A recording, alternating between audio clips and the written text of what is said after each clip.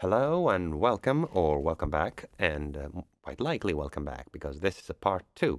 This is a video I'm making because, as someone pointed out to me in the comments to the previous video, I kind of made a little screw up, which was funny, instructive somehow, but a screw up nonetheless. Therefore, now I'm trying to fix that screw up and add some more ideas and content, which I intended to put in the original video, but just forgot to do it while it was going on. Well. So I also learned how to do transition in OBS, as you can notice, right? I can go here and I can go back here. Wow, yeah? I'm almost 40 and I can still learn things about technology. I'm impressed with myself.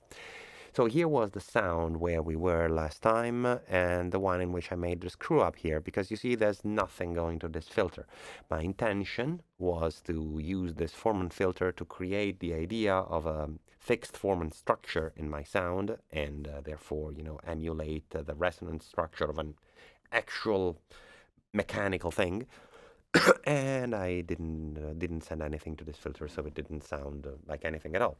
So this was the sound that made me so enthusiastic about. I think I could actually add some volume to make you hear it better and hear it better myself. And this is with this filter, exactly the way I set it up there.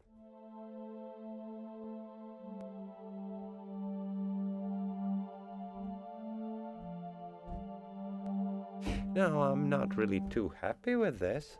Actually, I'm way less than I would have been when I did that directly.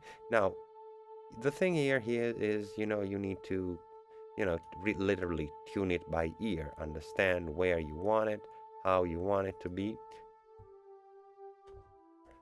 Here.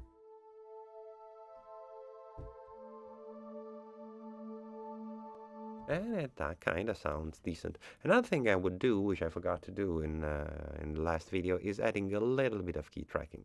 Just a little bit. You want the sound to get a bit brighter up in the keyboard, but not that bright with as you had a 100% key tracking on the filter. Now, as even smarter thing to do, just up to a point, and another thing you could do is not use this filter for this purpose, but use this filter. Why? Because you see, this filter is only one. The other filters will be per voice. This is only one filter in the effects chain. If every voice I play will go to the same filter, while the other filters, for every voice I play, there is one copy of that filter being generated. So, I can key track them differently. And with this I can't.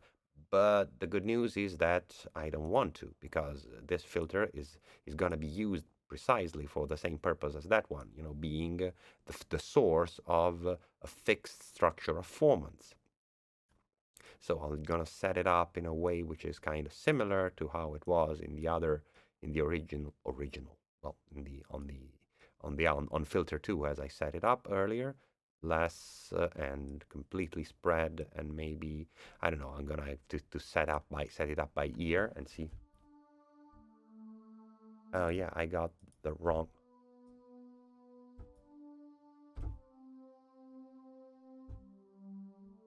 Kind of like this. It's not bad.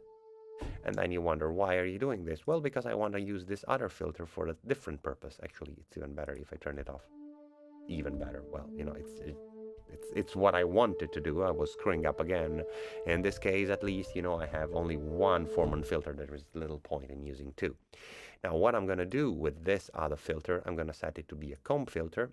I'm going to make it highly resonant. I'm going to put key track to the max, and I'm going to send to it the sample, which in this case is just a noise generator.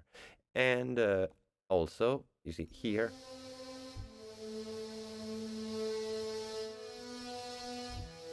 but you can also hear all that.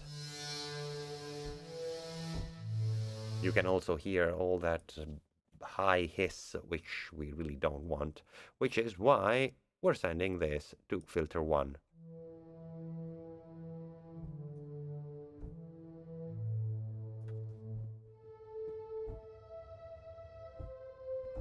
And maybe lower it a little bit. Why am I doing this, you might wonder? The reason is, you see, in this way I have beyond the sound of my instrument and its formant structure, which I'm replicating with the filter or with the EQ as I showed in the previous video, I also have some sort of a tuned noise. You see, a mechanical source of sound would make some noise along with the tuned part of the timbre. And so in this way, I'm adding it, and you might agree, I don't know, I hope you will agree, it does add some little more realism. And this was why it wasn't working as I meant, because I hadn't put the mix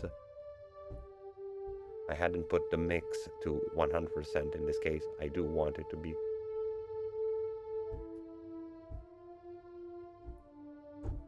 Maybe I might also set some of this here so that, you know, when I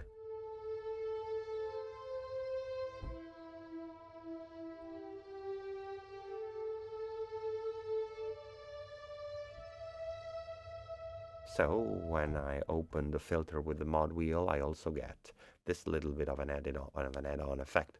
Now I could also work on the voices, make it slightly different. Another thing I could do once I've went all this way to make it all sound, mechanical, was doing it could be, like going to the idea of making it a solo violin, like, the horrible imitation of a solo violin I had in the beginning. Now I'm trying to I can make something which is closer to that.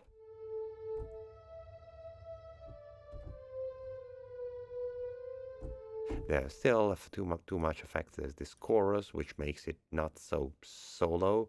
And there is also the chorus on the reverb, which is a little too much. Let's add some pre-delay, and then let's see how it goes.